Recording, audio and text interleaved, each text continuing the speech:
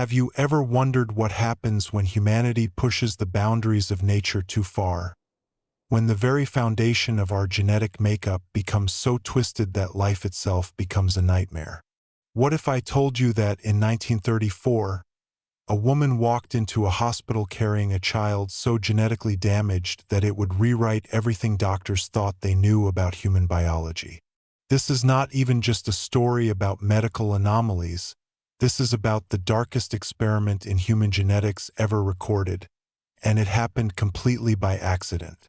Before we dive into the story, make sure to hit that like button and subscribe to the channel so you don't miss tomorrow's shocking stories.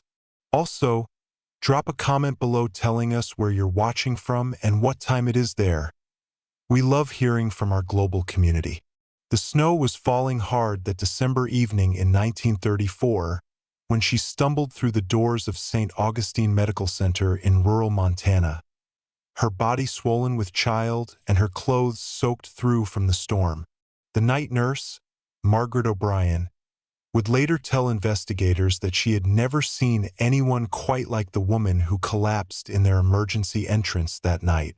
She spoke in a dialect so strange and archaic that even the local mountain folk couldn't understand her, and her physical appearance immediately suggested something was terribly wrong.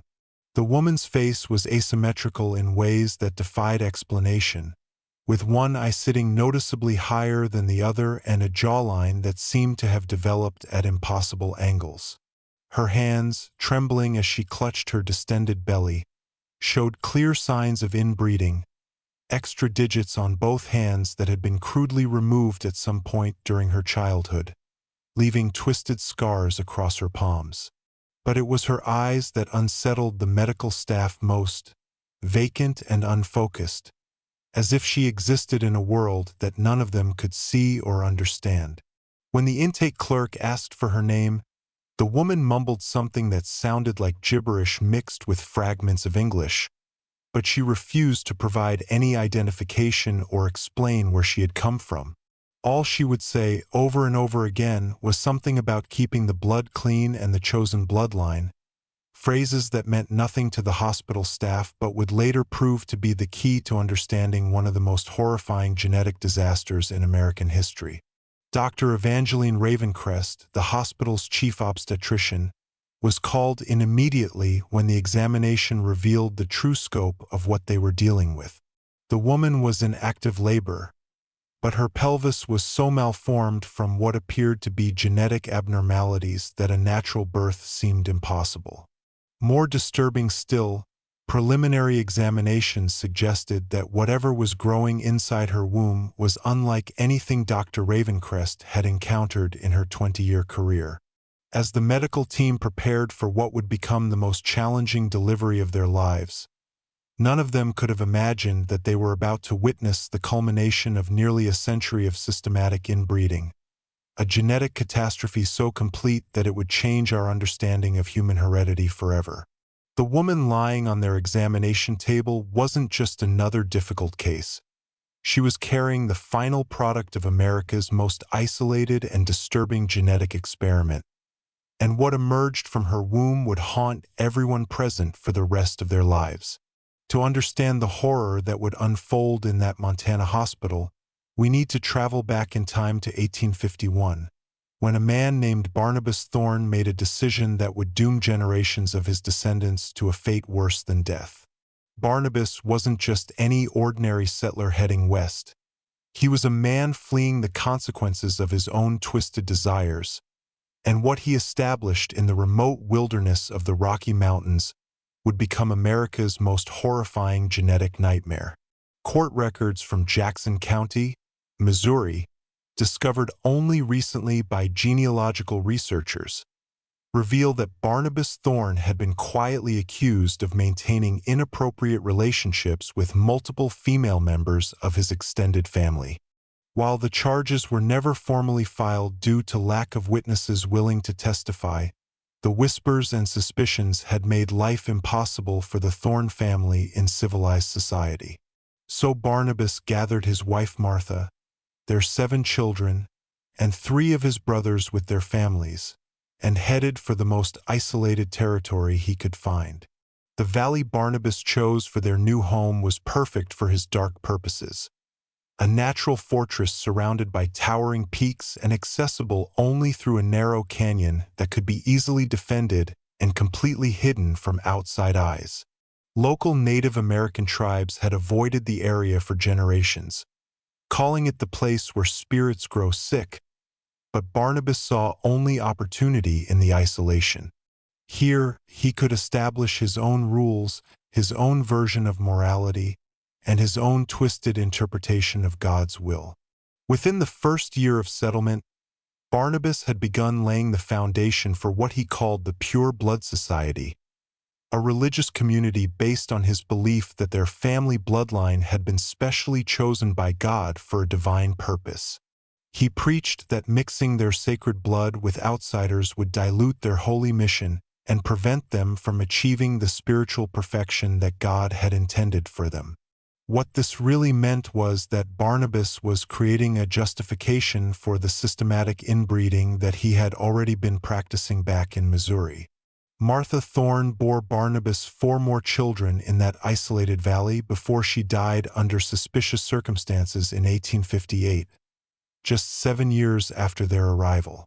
The local territorial sheriff made the dangerous journey to investigate her death, but found the family so hostile and the terrain so treacherous that he simply recorded the death as fever-related and never returned. What he didn't know was that Martha had discovered the true nature of her husband's nighttime visits to their daughter's quarters, and that her death had been anything but natural. With Martha gone, Barnabas's control over the growing community became absolute, and his twisted theology evolved to justify increasingly horrific arrangements. He instituted what he called the divine marriage system, pairing off siblings, cousins, and eventually parents with children in unions that he claimed were blessed by God himself. The first recorded marriage between siblings occurred in 1859, when Barnabas forced his 16-year-old daughter Rebecca to marry her own brother Thomas in a ceremony witnessed by the entire community. By 1870, the Pure Blood Society had grown to over 60 members, all descended from the original Thorne families, and all living according to Barnabas's increasingly deranged interpretation of divine will. They spoke their own dialect, a mixture of archaic English and religious phrases that outsiders couldn't understand.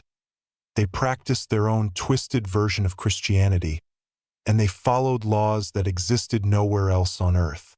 Government census takers never found them, tax collectors learned to avoid the area entirely, and the few mountain trappers who occasionally stumbled across their territory reported strange sounds echoing through the valley at night that made grown men quicken their pace and never return.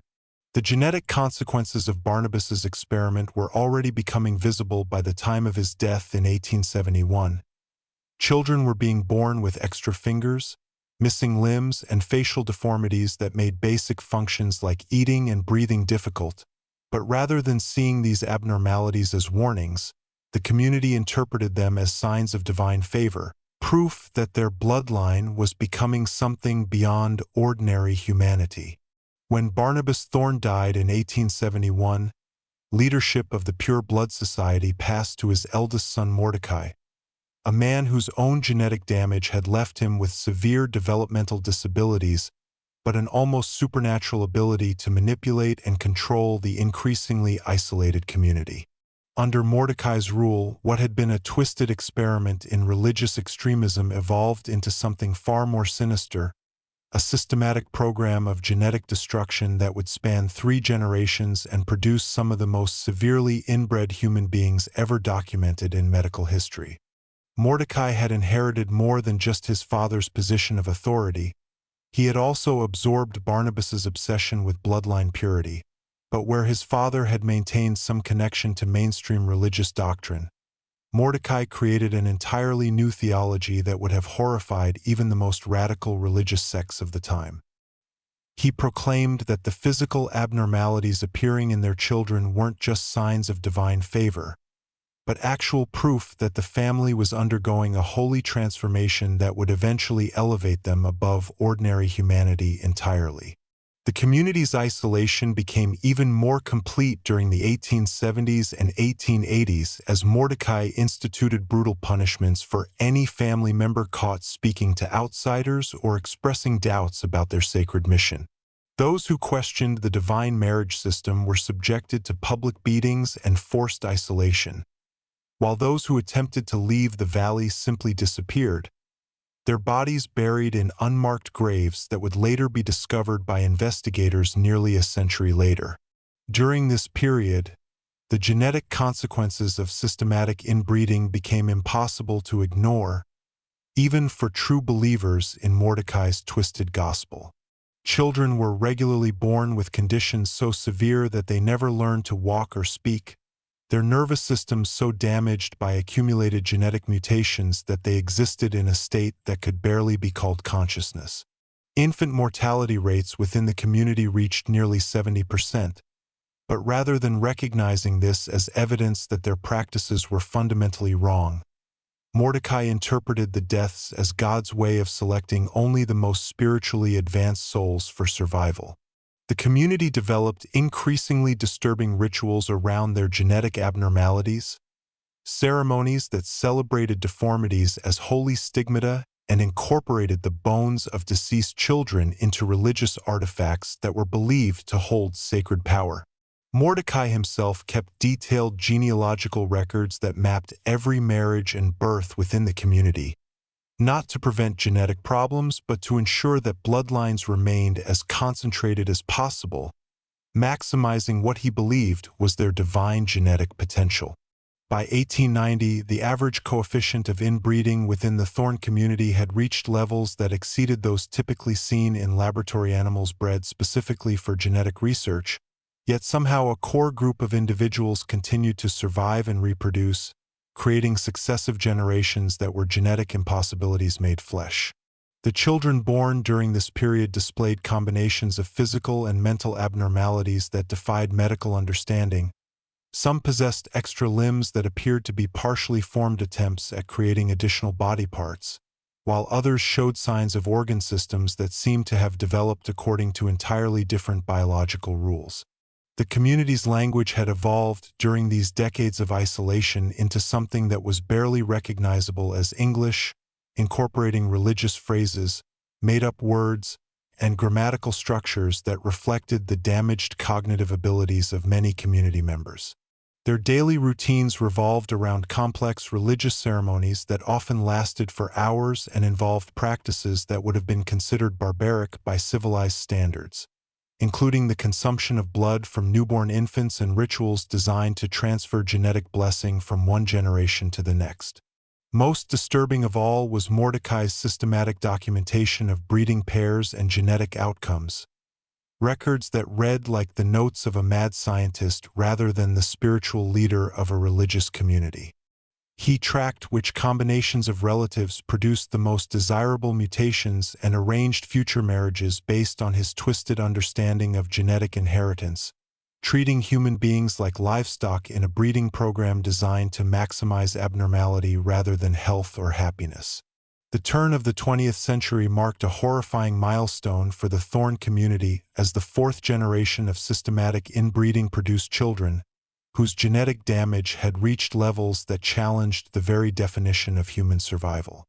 Under the leadership of Mordecai's son Ezekiel, a man whose own severe intellectual disabilities were masked by an almost pathological obsession with genetic purity, the community's breeding practices became even more extreme and the resulting offspring more catastrophically damaged than anything the world had ever seen.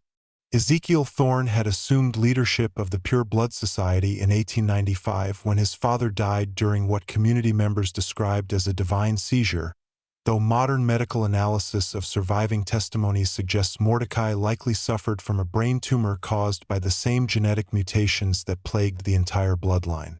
Unlike his predecessors who had maintained some pretense of normal family structures, Ezekiel eliminated even the basic concept of generational boundaries, declaring that all community members were spiritually equal regardless of age, and that divine bloodlines transcended earthly concepts like parent and child relationships. The children born between 1900 and 1920 under Ezekiel's breeding program were living nightmares that defied every principle of human biology, yet somehow continued to draw breath and even reproduce in some cases. Medical records compiled decades later from the few surviving testimonies describe infants born with skulls so malformed that brain tissue was visible through gaps in the bone, children whose limbs had fused together in impossible configurations, and others whose internal organs had developed in locations that should have made survival impossible yet somehow didn't. One particularly disturbing case documented in Ezekiel's own breeding records was a child born in 1902 whose parents were grandfather and granddaughter, producing an infant that possessed what appeared to be two partially formed faces on opposite sides of its head, each with its own set of eyes and mouth but sharing a single malformed brain.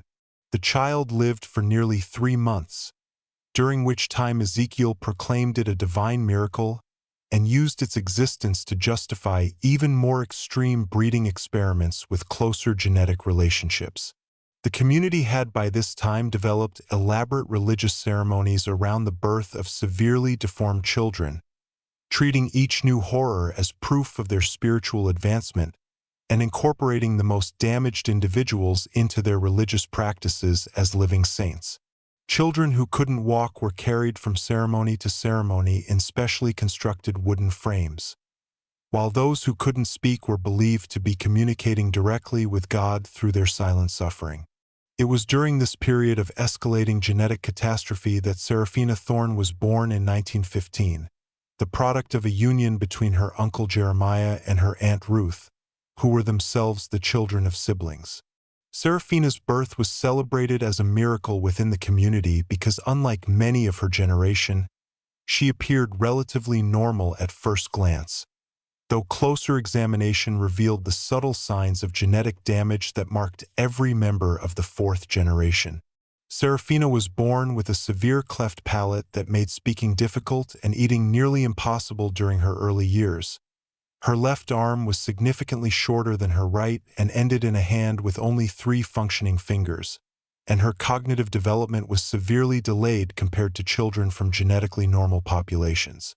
But within the context of the Thorne community, where children were regularly born with far more severe abnormalities, Seraphina was considered one of the most genetically blessed individuals of her generation. The community's isolation had become so complete by this time that they had lost almost all contact with the outside world, existing in a bubble of genetic horror that operated according to rules that made sense only within their twisted theological framework. They had developed their own calendar based on religious observations, their own currency system using carved bones from deceased community members, and their own legal structure that recognized marriages and relationships that would have been considered criminal in any civilized society. Ezekiel's detailed records from this period, discovered nearly a century later in a hidden chamber beneath the community's main building, reveal the systematic nature of the genetic experiment he was conducting on his own people, with charts and graphs tracking the inheritance of specific deformities and plans for future breeding pairs designed to maximize what he called divine genetic expression, but what modern science would recognize as the systematic destruction of human genetic integrity. Seraphina Thorne's childhood in the isolated community was a nightmare that would have broken the spirit of most human beings, but somehow she managed to survive and even develop a primitive understanding of right and wrong that would eventually save her from the genetic hell that had consumed her family for generations. Growing up in the 1920s under Ezekiel's increasingly deranged leadership, Seraphina witnessed horrors that most people couldn't imagine, yet she retained enough cognitive function to recognize that something was fundamentally wrong with the world she had been born into. By the age of 10, Seraphina had learned to communicate despite her severe cleft palate, developing a system of gestures and modified speech that allowed her to interact with other community members while hiding her growing awareness of their situation's abnormality. She had watched dozens of her cousins and siblings die in infancy from genetic complications so severe that their brief lives were nothing but suffering. And she had begun to understand that the deformities celebrated as divine blessings were actually evidence of something terrible happening to their bloodline. The community's living conditions had deteriorated significantly during Serafina's childhood as multiple generations of genetic damage had left most adults incapable of maintaining even basic infrastructure. The buildings were falling apart. Sanitation was non-existent, and food production had declined to near-starvation levels as cognitive impairments made it increasingly difficult for community members to perform even simple agricultural tasks. Yet Ezekiel continued to preach about their chosen status and the approaching transformation that would elevate them above ordinary humanity. When Serafina turned 16 in 1931, Ezekiel selected her for what he called the ultimate divine union, a marriage to the community's oldest surviving patriarch, her own great-grandfather Augustus, a man whose genetic damage was so severe that he could barely walk or speak coherently, but who was revered within the community as a living vessel of concentrated divine bloodline.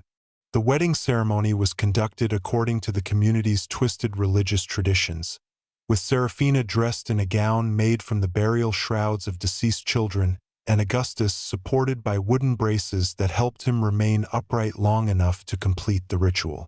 The marriage was a horror beyond description, with Serafina forced to care for a man whose mental capacity was roughly equivalent to that of a severely brain-damaged child, while simultaneously being expected to bear children that would represent the ultimate achievement of the community's genetic concentration program.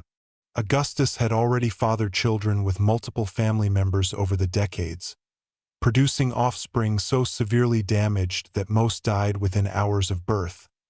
But those few who survived were considered the most sacred members of the community. Serafina's first pregnancy came quickly but ended in a miscarriage at 7 months when the fetus was found to have developed without a functional nervous system, its brain tissue never having formed properly during gestation. Her second pregnancy lasted only 5 months before her body spontaneously aborted a child whose genetic profile was so damaged that survival would have been impossible, even within the context of the community's already catastrophic standards. Her third pregnancy seemed more promising at first, with the child developing normally through the early months and showing signs of life and movement that gave Serafina hope that this time might be different. But as the pregnancy progressed, she began to understand through overheard conversations and whispered comments that even if this child survived birth, it would be doomed to a life of suffering and genetic horror that would make her own damaged existence seem blessed by comparison. The community had continued to deteriorate during Serafina's early married life, with the death rate among both children and adults reaching levels that threatened the group's very survival. Yet Ezekiel remained convinced that they were on the verge of achieving the genetic perfection that would justify all their suffering. He had become obsessed with documenting every birth and death, measuring every deformity, and calculating the genetic relationships between community members with an accuracy that revealed his twisted genius, even as it demonstrated his complete moral bankruptcy.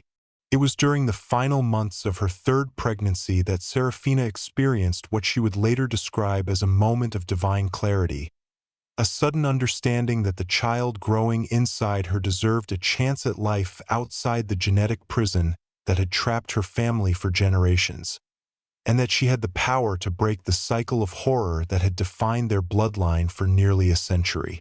The night Serafina Thorne decided to escape from Devil's Hollow was December 3, 1934, during the worst blizzard the Rocky Mountains had seen in over a decade. But she knew that if she waited for better weather or a more convenient time, her child would be born into the same genetic nightmare that had consumed 5 generations of her family. The decision to flee came after witnessing the birth of her cousin's latest child, an infant so severely deformed that it lived for only 2 hours while making sounds that Serafina would later describe as barely human.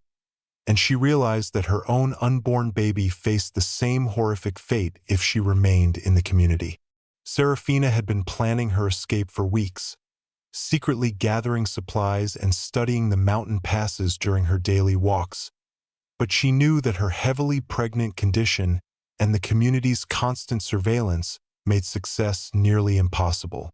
Ezekiel had become increasingly paranoid about maintaining genetic purity as the community's population dwindled, and he had instituted strict rules about community members leaving the valley for any reason, with severe punishments for anyone caught attempting unauthorized departures.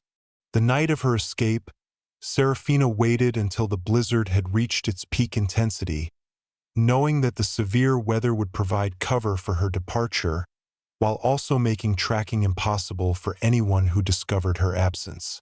She had stolen warm clothing from the community's supply stores, along with what little dried food she could carry, and she had taken the only map of the mountain passes that existed in the community, a hand-drawn document created by one of the original settlers decades earlier.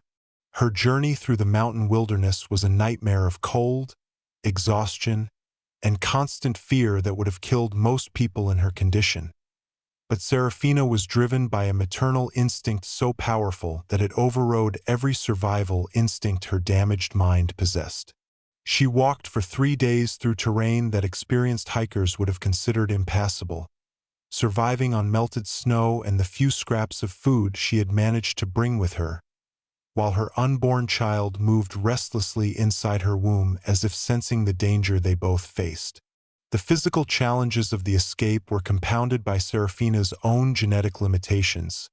Her malformed pelvis made walking extremely painful, her shortened arm threw off her balance on treacherous slopes, and her cognitive impairments made navigation difficult even with the crude map she had stolen. Yet somehow she continued moving forward, driven by a determination that seemed to transcend her physical and mental limitations, as if the act of trying to save her child had awakened something in her damaged mind that had been dormant for years. On the second night of her journey, Serafina went into premature labor while sheltering in a cave high in the mountains, experiencing contractions so severe that she was certain both she and her baby would die alone in the wilderness. The labor lasted for nearly 6 hours before stopping as suddenly as it had started, leaving her exhausted and terrified but somehow still pregnant and still capable of continuing her desperate flight toward civilization. The third day of her escape was the most dangerous, as Serafina descended from the high mountains into terrain that was slightly more forgiving but still treacherous for someone in her condition. She had run out of food entirely and was surviving on nothing but willpower and melted snow, while her body showed increasing signs of exhaustion and hypothermia that threatened to end her journey just miles from potential safety. It was late in the afternoon of December 6th when Serafina finally collapsed on a snow-covered mountain road, her strength completely spent and her body going into shock from 3 days of exposure and starvation.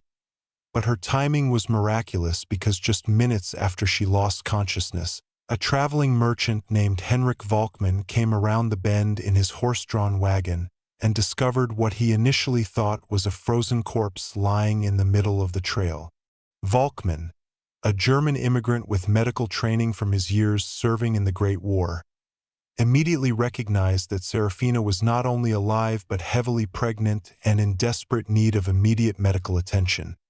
So he loaded her into his wagon and began the race against time to reach the nearest hospital, not knowing that he was transporting the final victim of America's most horrifying genetic experiment, and that what would emerge from her womb would change medical science forever.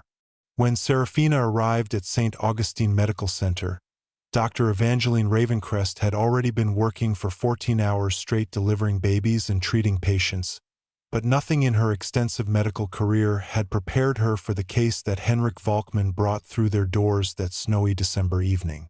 The initial examination revealed complications so severe that Dr. Ravencrest immediately called for her entire obstetric team, knowing that whatever was about to happen would require every skill and resource the small mountain hospital possessed. Serafina's vital signs were barely stable when she was rushed into the delivery room, her body showing signs of severe malnutrition, hypothermia, and exhaustion that would have been fatal under normal circumstances. But the most disturbing discovery was the condition of her unborn child as revealed by the primitive medical imaging available in 1934. The fetal heartbeat was erratic and unusually faint, suggesting severe developmental problems, while the positioning of the baby within the womb defied normal obstetric knowledge and indicated that natural delivery would be extremely dangerous for both mother and child. The labor itself began almost immediately after Serafina's arrival at the hospital, as if the stress of her 3-day escape through the mountains had triggered her body's final attempt to expel the child that had been growing inside her for 9 months. But this was unlike any delivery Dr. Ravencrest had ever witnessed, with contractions that seemed to follow no normal pattern and a progression that suggested the baby was struggling against forces that went far beyond typical birth complications. For 18 agonizing hours, Serafina endured a labor that pushed her damaged body beyond its already limited capabilities, while Dr. Ravencrest and her team worked frantically to keep both mother and child alive. The delivery room became a scene of controlled chaos as medical instruments designed for normal births proved inadequate for the unprecedented challenges they faced, and the team was forced to improvise solutions for complications that had never been documented in medical literature. When the child finally emerged at 3:47 a.m. on December 7, 1934, the silence that fell over the delivery room was unlike anything the medical staff had ever experienced, because what they were looking at challenged every assumption they had about human biology and the limits of genetic survival.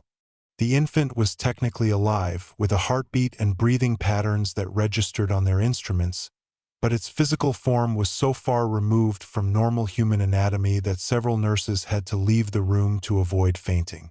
The child's skull was elongated and partially collapsed, giving the head a triangular shape that made the oversized eyes appear to protrude from their sockets at impossible angles, while the facial features were arranged in a pattern that suggested the development process had somehow gotten confused about basic human anatomy.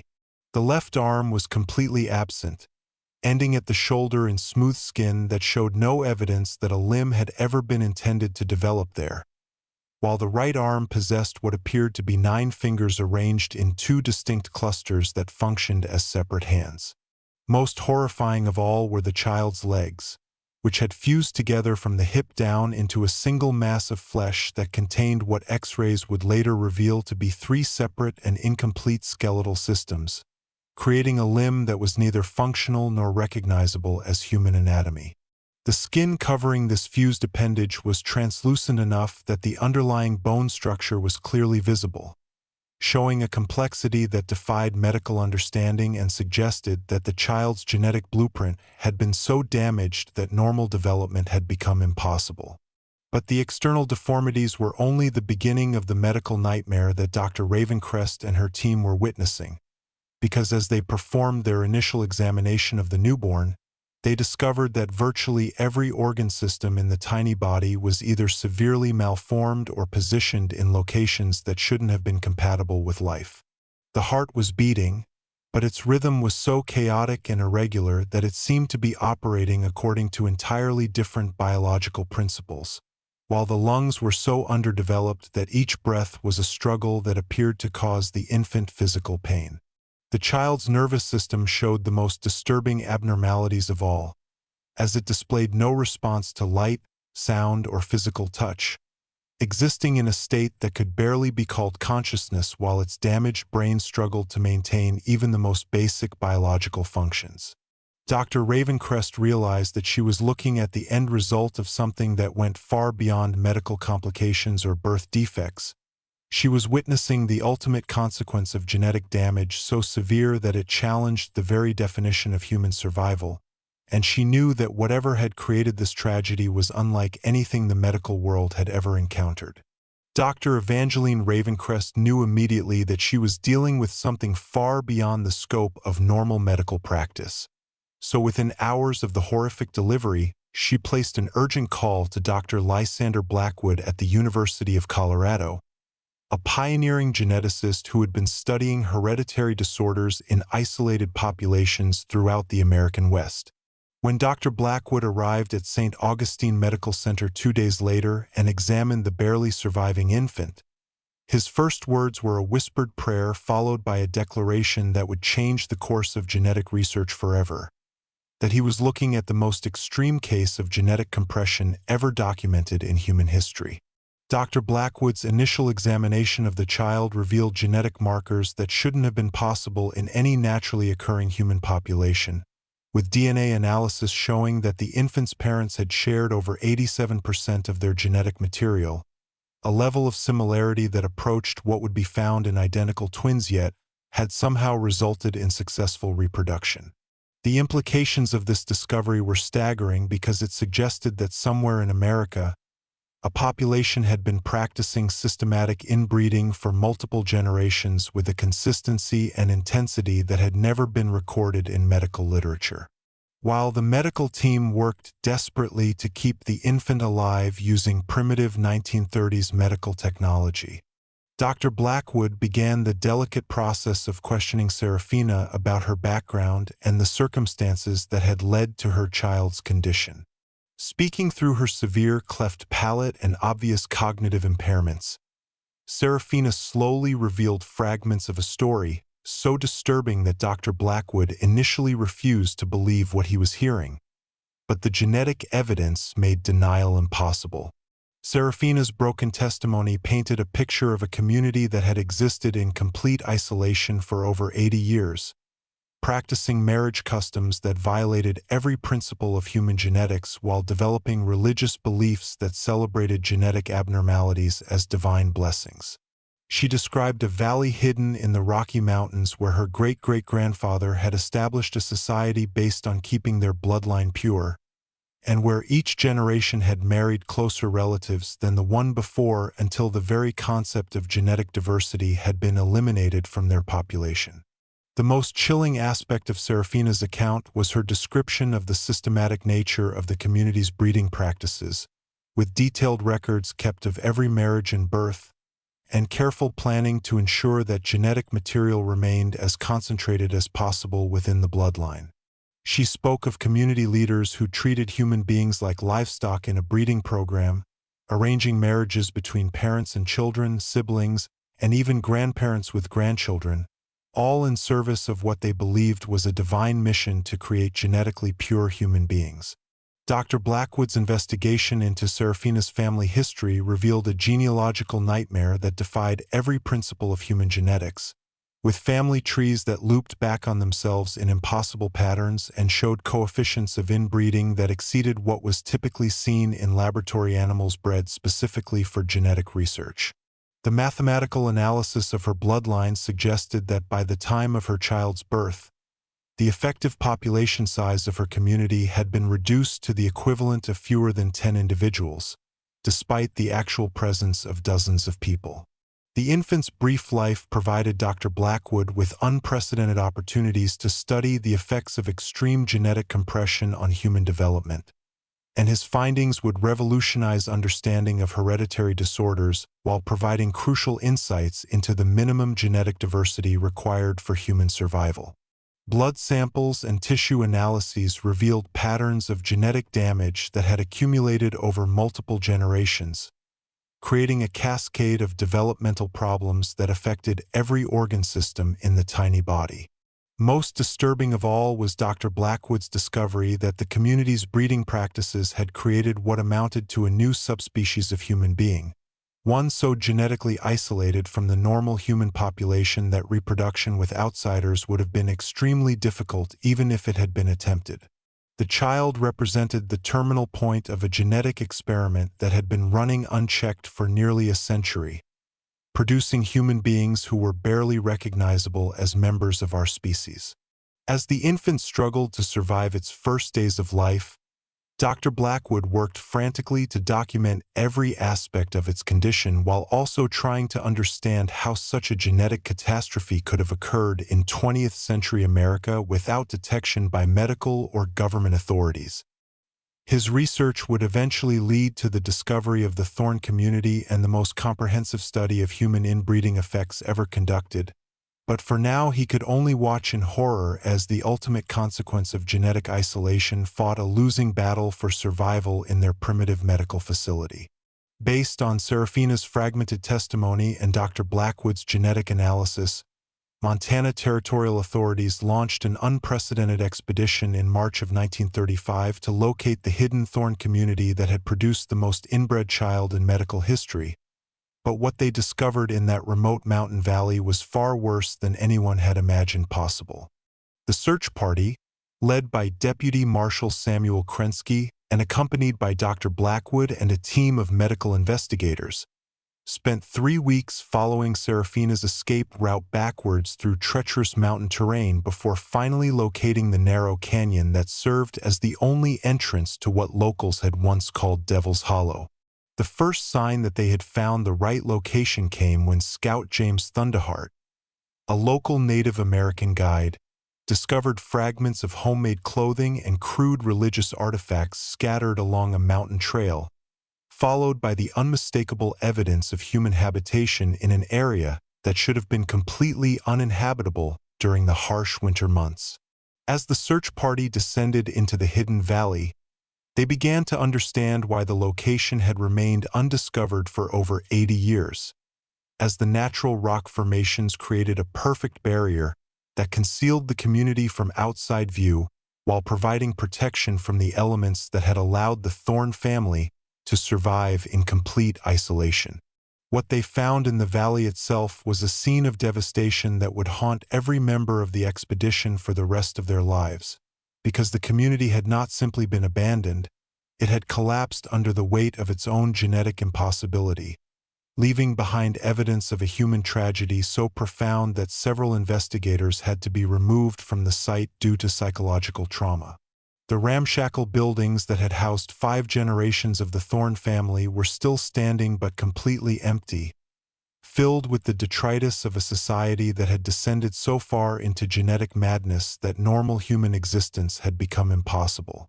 The community's main building, which had served as both church and meeting hall, contained the most disturbing evidence of what had transpired in the isolated valley. With walls covered in crude religious artwork that depicted genetic deformities as angelic transformations and detailed genealogical charts that mapped the systematic destruction of human genetic diversity over multiple generations. Dr. Blackwood spent days studying these documents, which provided a complete record of the community's breeding practices and revealed the calculated nature of their genetic experimentation on their own children. Hidden beneath the main building, the search party discovered a chamber that Ezekiel Thorne had used as both records room and shrine, containing hundreds of preserved specimens that documented the progression of genetic damage through successive generations of systematic inbreeding. Glass jars lined the walls containing fetal remains so severely deformed that they challenged every principle of human development, while detailed notes described the genetic relationships that had produced each tragic specimen and the religious significance attributed to various types of abnormalities. The community cemetery provided the most heartbreaking evidence of the human cost of the Thorne family's genetic experiment. With over 300 graves arranged in rough chronological order that told the story of a population's descent into biological impossibility. The earliest graves from the 1850s and 1860s contained remains that appeared relatively normal, but as the investigators moved through successive rows representing later generations, the skeletal remains showed increasingly severe abnormalities that culminated in recent graves containing children whose bone structures were so malformed that survival beyond infancy would have been miraculous. Most disturbing of all was the discovery that the community had been completely abandoned only weeks before the search party's arrival, with evidence suggesting that the final survivors had simply walked away from the valley during the harsh winter months, leaving behind no indication of where they might have gone or whether any of them had survived the journey. Tracks in the snow suggested that fewer than a dozen individuals had participated in this final exodus, representing all that remained of a community that had once numbered in the dozens. The investigation team's medical analysis of the site revealed that the Thorn community had essentially created a living laboratory for studying the effects of extreme genetic compression, with each generation representing a further step toward genetic impossibility until reproduction became so difficult and infant mortality so high that population collapse was inevitable. The final generation had produced children so severely damaged that most died within hours of birth, while those few who survived to adulthood were often incapable of caring for themselves or contributing to the community's survival. Dr. Blackwood's comprehensive analysis of the evidence found in Devil's Hollow would eventually become the foundation for modern understanding of genetic bottlenecks and the minimum population requirements for human survival. But the immediate impact of the discovery was the realization that Serafina and her tragically damaged child represented the final products of America's most horrifying accidental experiment in human genetics, survivors of a genetic catastrophe that had been building toward inevitable collapse for nearly a century. On December 30th, 1934, 23 days after its traumatic birth, Serafina's child drew its final labored breath in the intensive care unit of St. Augustine Medical Center, marking the end of the most extreme case of genetic compression ever documented in human history. But its brief life had provided Dr. Lysander Blackwood with enough scientific data to revolutionize our understanding of human genetics and the catastrophic consequences of extreme inbreeding. The infant's death certificate, filed under the name Baby Doe due to Serafina's inability to provide proper identification, listed the cause of death as multiple organ failure secondary to severe genetic abnormalities. But the simple medical language could never capture the true horror of what had been witnessed in that small mountain hospital. Dr. Evangeline Ravencrest made the difficult decision to seal all medical records related to the case for 50 years, understanding that the disturbing nature of the genetic data could be misused by those who might seek to justify eugenic policies or racial discrimination based on selective interpretation of the scientific findings. The complete medical documentation, including Dr. Blackwood's extensive genetic analysis and photographic evidence of the child's condition, was locked away in a secure vault at the University of Colorado, accessible only to a handful of researchers who had sworn oaths of confidentiality regarding the case. The scientific papers that Dr. Blackwood eventually published in the 1980s, after the mandatory confidentiality period had expired, became landmark studies in the field of population genetics and provided crucial insights into the minimum genetic diversity required for human population survival. His research demonstrated that the Thorn community had essentially created a natural experiment in genetic bottlenecking that showed how quickly human populations could collapse when breeding was restricted to increasingly small gene pools, and his findings became required reading for geneticists studying isolated populations around the world. Serafina herself survived the trauma of childbirth and the loss of her baby, though she would carry both physical and emotional scars from her experience for the rest of her life, and her recovery was complicated by the severe malnutrition and exposure she had suffered during her escape from Devil's Hollow, combined with the genetic damage that had marked her from birth. Dr. Ravencrest arranged for Serafina to receive ongoing medical care and basic education to help her adapt to life in the outside world, and over the following months she slowly learned to communicate more effectively despite her speech impediments and cognitive limitations. In 1936, 2 years after her escape from the mountain community, Serafina married Henrik Volkmann, the German immigrant who had found her collapsed on that snowy mountain road and saved both her life and her child's brief existence. And while their relationship faced significant challenges due to her genetic damage and traumatic background, Henrik's patience and kindness provided her with the stability and acceptance she had never experienced within her birth community. They settled on a small farm outside Bozeman, Montana, where Serafina learned basic domestic skills while Henrik worked to support them both. And though she was never able to have children again due to complications from her genetic condition, she found purpose in caring for injured animals and helping other women in their rural community.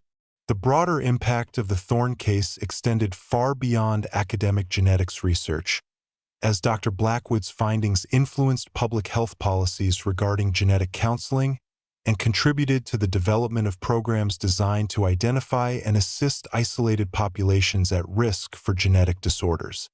His work also provided crucial evidence for the importance of genetic diversity in human populations, helping to counter racist ideologies that promoted genetic purity while demonstrating the catastrophic consequences of extreme genetic isolation.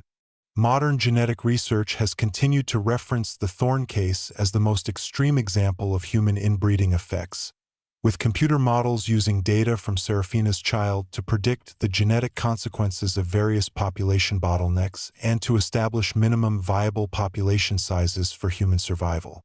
The case has also become a cautionary tale used in medical ethics courses to illustrate the importance of protecting vulnerable populations from exploitation while ensuring that scientific knowledge gained from human tragedy is used responsibly to prevent similar disasters in the future.